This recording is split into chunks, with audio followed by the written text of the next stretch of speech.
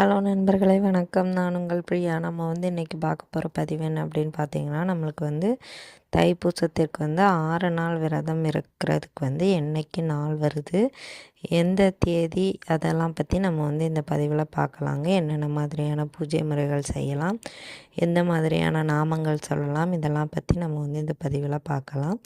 அதுக்கு முன்னாடி நீங்கள் இந்த பதிவை பார்க்கக்கூடிய முருக பக்தர்களாக இருந்தீங்க அப்படின்னா, மறக்காமல் ஓம் சரவணபவாங்கிறத நம்மளோட கமெண்ட் பாக்ஸில் கமெண்ட் பண்ணுங்கள். நம்மளோட சேனலையும் சப்ஸ்கிரைப் பண்ணிவிட்டு பாருங்கள். நம்ம சேனல் க்ரோத் ஆகிறதுக்கு நீங்கள் சப்ஸ்கிரைப் பண்ணுறது ஹெல்ப்ஃபுல்லாக இருக்கும்.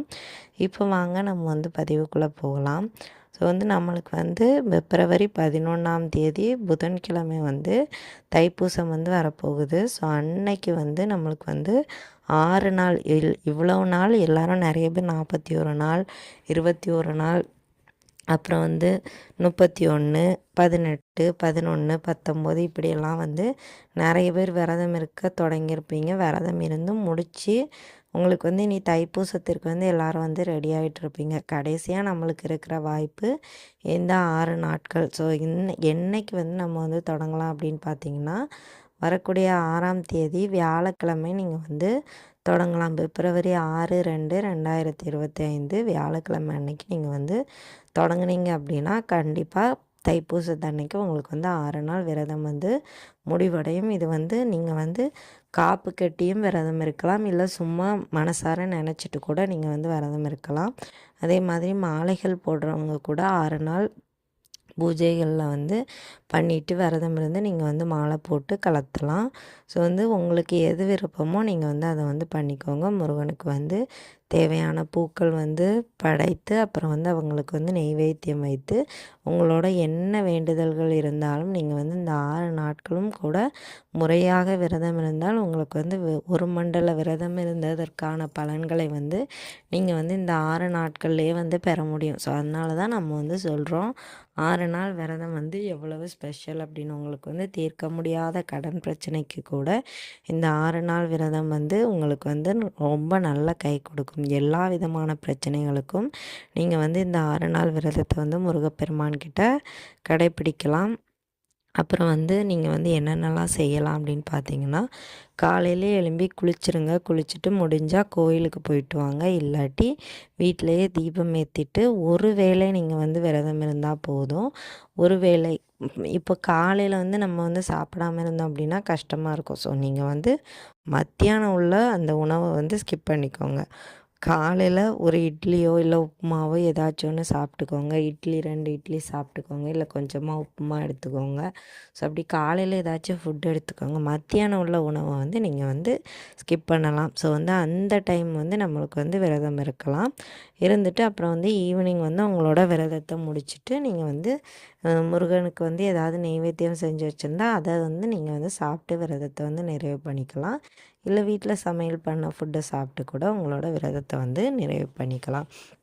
அதே மாதிரி நீங்கள் ஒரு வேளைக்கு விரதம் இருந்தாலும் சரி, ஒரு நாளைக்கு ஃபுல்லாக விரதம் இருந்தாலும் சரி, தண்ணி அதிகமாக எடுத்துக்கோங்க. தண்ணி நீங்கள் அதிகமாக எடுக்கும்போது உங்களுக்கு தலைவலி வராமல் இருக்கும். நம்ம தொடர்ந்து விரதம் இருப்பதற்கும் இது ரொம்ப ஹெல்ப்ஃபுல்லாக இருக்கும். ஸோ நம்மளுக்கு தலைவலி வந்துருச்சு அப்படின்னா உடம்பு ரொம்ப வீக்காக ஆரம்பிச்சிரும். பாடி நம்மளுக்கு அது நம்மளுக்கு அந்த தண்ணி சத்து குறையாமல் இருக்கும். ஸோ அதனால் நீங்கள் தண்ணீரை அதிகமாக எடுத்துக்கோங்க. அதே மாதிரி காலையில் 2 இட்லி சாப்பிட்டீங்க அப்படின்னா ஒரு 11 மணி போல் நீங்கள் பாலோ பழமோ ஏதாச்சும் சாப்பிட்டுட்டு மத்தியானம் ஒரு டைம் மட்டும் சாப்பிடாமல் இருந்துக்கோங்க. ஸோ அப்படி இருந்தாலும் கூட போதும். எப்போவுமே நீங்கள் காலையிலேருந்து இரவு வரைக்கும் முருகனோட ஏதாவது ஒரு நாமம் உங்களுக்கு என்ன நாமம் தெரியுதோ அதை சொல்லுங்கள். ஓம் முருகா போற்றி, கந்தா போற்றி, கடம்பா போற்றி, கதிர்வேலா போற்றி, இப்படி எதுனாலும் நீங்கள் சொல்லலாம். பாடல்கள் படிக்கலாம், கந்த சஷ்டி கவசம் படிக்கலாம். உங்களுக்கு என்னென்ன செய்யணும்னு தோணுதோ அதை செய்யுங்க. இல்லை எழுதணும்னு தோணுச்சுன்னா எழுதுங்க. நிறைய பேர் ஓம் சரவணபவாங்கிறத எழுதுவாங்க. ஸோ அந்த மாதிரி எழுதும்போது கூட நம்மளோட வேண்டுதல்கள் சீக்கிரமாக நிறைவேறும். நம்ம இப்படி ஒவ்வொரு தைப்பூசத்திற்கும் எழுதி ஒரு நோட்டோ புக்கோ ஏதாச்சும் போட்டு வச்சுட்டு அதை முடித்ததுக்கப்புறமா தண்ணீர்லையோ இல்லை பூஜை அறையிலே வச்சு பாதுகாத்துட்டு கூட வரலாம். ஒன்றும் பிரச்சனை இல்லை. தண்ணீரில் விடுறதா கூட நீங்கள் விட்டுக்கலாம். அப்புறம் வந்து உங்களோட என்ன வேண்டுதல்கள் இருக்கோ அதற்காக நீங்கள் வந்து ஒரு ரூ. 6 நாணயம் எடுத்து வைத்து அதுக்கு மேலே ஒரே ஒரு அகல் தீபம் மட்டும் 6 நாட்களும் தொடர்ந்து ரூ. 6 நாணயம் வைத்து நீங்கள் வந்து விளக்கேற்றுங்க. அப்புறம் வந்து உங்களோட அந்த விரதம் முடிஞ்சதுக்கப்புறமா தைப்பூசம் அன்னைக்கு கோவிலுக்கு போகிறதா இருந்தீங்க அப்படின்னா அந்த நாணயங்கள் அந்த 6 நாட்களும் சேர்ந்த அந்த நாணயங்களை கொண்டு போய் நீங்கள் வந்து உண்டியல்லையோ இல்லை முருகருக்கு பூஜைக்கு தேவையான ஏதாவது பொருட்களோ உங்களால் வாங்கி கொடுக்க முடிஞ்சது அப்படின்னா விருப்பம் இருந்தால் வாங்கி கொடுங்க, இல்லை உண்டியலில் கூட நீங்கள் வந்து போட்டுடலாம். தைப்பூசத்து அன்னைக்கு உங்களால் கோயிலுக்கு போக முடியல அப்படின்னா அதுக்கப்புறமா நீங்கள் என்றைக்கு முருகர் கோயிலுக்கு போகிறீங்களோ அன்னைக்கு நீங்கள் வந்து கொண்டு போய் அந்த காசை வந்து சேர்த்துருங்க. உங்களோட எந்த விதமான வேண்டுதல்களாக இருந்தாலும் கண்டிப்பாக இந்த ரூ. 6 நாணயம் உங்களுக்கு வந்து தீர்த்து வைக்கும். ஸோ வந்து பெரிய பெரிய வேண்டுதல்லாம் நம்ம வந்து சொல்லலை, பெரிய பெரிய பரிகாரம் எதுவுமே சொல்லலை. சிம்பிளாக ஒரு ரூ. 6 நாணயம், அதில் மேலே ஒரு தீபம், இவ்வளோ நீங்கள் வந்து ஏற்றினா போதும். இதை வந்து நீங்கள் வந்து பிரம்ம முகூர்த்த வேளையிலும் ஏற்றலாம், இல்லை வந்து 3 ஒரே நேரம், காலை வந்து 6 to 7, மத்தியானம் 1 to 2, இரவு 8 to 9 இந்த நேரங்களில் வந்து நீங்கள் வந்து எப்போனாலும் இதை வந்து செஞ்சுக்கலாம். உங்களுக்கு வந்து எப்போ ஃப்ரீ டைமாக இருக்கிறீங்களோ அப்போ கூட நீங்கள் வந்து செஞ்சுக்கலாம்.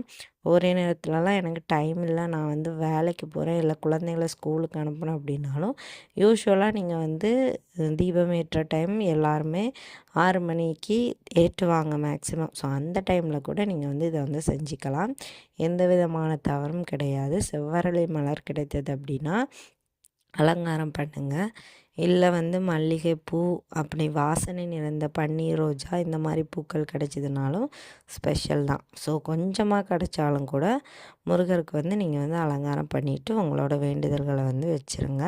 ஸோ வந்து எழுதுறதா இருந்தால் நீங்கள் வந்து நாமங்களை எழுதுங்க, இல்லை வாயை திறந்து சொல்லி கந்த சஷ்டி கவசம் கண்டிப்பாக படிங்க, உங்களோட கஷ்டங்கள் வந்து தீரும். நம்ம அனைவரையும் நம் சொந்த கடவுளாகிய கந்த கடவுள் கட்டாயமாக காப்பாற்றுவார். இந்த பதிவு வந்து உங்களுக்கு வந்து உபயோகமாக இருக்கும்னு நினைக்கிறேன். உபயோகமாக இருந்தது அப்படின்னா லைக் பண்ணுங்கள், ஷேர் பண்ணுங்கள், நம்மளோட சேனலை சப்ஸ்கிரைப் பண்ணி வச்சுக்கோங்க. இந்த வீடியோவின் முழு பதிவை பார்த்ததற்கு மிக்க நன்றி.